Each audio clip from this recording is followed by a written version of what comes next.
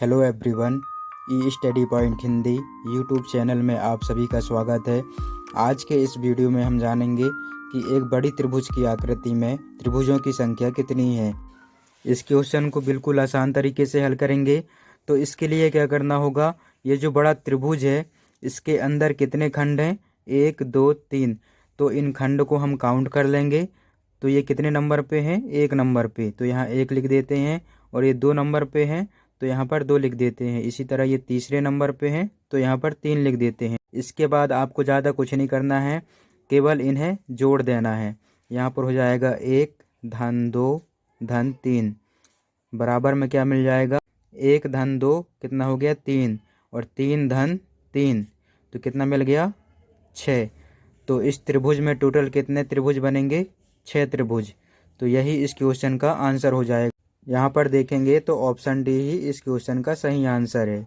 अगर इसी आकृति में बहुत सारे खंड होते, जैसे यहाँ पर 4 5 6 ऐसे बहुत सारे खंड होते, तो उसे किस तरीके से हल करते हैं, तो उस क्वेश्चन को हम अगले सवाल में हल करेंगे।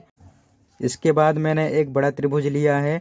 पिछले सवाल को अगर आपने अच्छे से समझ लिया होगा तो इस सवाल को आसानी से हल कर सकते हैं। साथ ही मैंने जो ट्रिक आपको बताया है, अगर आप उसे फॉलो कर लेंगे तो बड़ी से बड़ी आकृति में आप त्रिभुजों की संख्या प्राप्त कर सकते हैं। तो चलिए हम इस सवाल को बिल्कुल सटीक तरीके से हल करते हैं। इस पूरे आकृति में देखिए कितने खंड हैं, यहाँ से हम काउंट कर लेंगे। ये पहला खंड है, और ये दूसरा खंड, तीसरा खंड, चौथा खंड, पांचवा खंड, छठे खंड और सातवें खंड। अब इसके बाद इन्हें आपस में जोड़ लेंगे। तो यहाँ पर हम लिख लेते हैं 1 धन 2 धन 3 धन 4 धन 5 धन 6 धन 7। इन सभी को हम आपस में जोड़ लेंगे तो हमें त्रिभुजों की संख्या प्राप्त हो जाएगी। इसे हम जोड़ेंगे तो यहाँ पर हो जाएगा 1 धन 2 3 धन 3 6 धन 4 10 धन 5 15 धन 6 21 और 7 28। तो ऑप्शन में देखिए कौन से नंबर पे है 28, तो भी इस क्वेश्चन का आंसर हो जाएगा। अब इसके बाद इसी त्रिभुज को अगर हम इस तरीके से खंडित करें तो त्रिभुजों की संख्या कैसे प्राप्त करेंगे, इसे हम अगले सवाल में समझते हैं। अब इसके बाद हमारे पास तीसरा क्वेश्चन है। इस क्वेश्चन में हमारे पास एक बड़ा त्रिभुज है, लेकिन इस त्रिभुज में ऊपर की ओर 2 खंड हैं। तो इसे कैसे हल करेंगे। पिछले सवाल की तरह इस त्रिभुज में भी हम खंडों को काउंट करेंगे, लेकिन इसमें एक स्टेप बढ़ जाएगा। वो कौन सा स्टेप बढ़ेगा उसे हम बाद में जानेंगे। सबसे पहले इसे हम काउंट कर लेते हैं। तो यहाँ पर पहला खंड, दूसरा खंड, तीसरा खंड और ये चौथा खंड। अब इन्हें हम जोड़ देंगे तो यहाँ पर हो जाएगा 1 धन 2 धन 3 धन 4। तो यहाँ पर हो जाएगा 1 धन 2 3 धन 3 6 धन 4। यहाँ पर प्राप्त हो गया 10। अब इसके बाद देखिए ऊपर वाले खंड में, ऊपर कितने खंड हैं, 2, 1 और 1 2। तो हम यहाँ पर 2 का गुणा कर देंगे। यहाँ पर कितना हो जाएगा 20।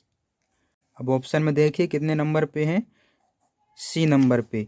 तो इस त्रिभुज के बड़े आकृति में कितने त्रिभुज बनेंगे, 20 त्रिभुज। यही इस क्वेश्चन का आंसर है। अब इसके बाद इसी त्रिभुज में एक और खंड हो तो उसे कैसे हल करेंगे, इसे अगले सवाल में समझते हैं। अब इसके बाद एक लास्ट क्वेश्चन है। अगर आप इस त्रिभुज में देखेंगे तो पिछले त्रिभुज की तुलना में थोड़ा सा डिफरेंट है। इसमें एक खंड ऊपर की ओर बढ़ गया है, लेकिन हम पिछले सवाल की तरह उसी ट्रिक से हल करेंगे। तो हम कॉलम वाले खंड को काउंट कर लेंगे। तो यहाँ पर हो जाएगा 1 2 3 4 5 6। अब इन्हें हम आपस में जोड़ लेते हैं। यहाँ पर हो जाएगा 1 धन 2 धन 3 धन 4 धन 5 धन 6।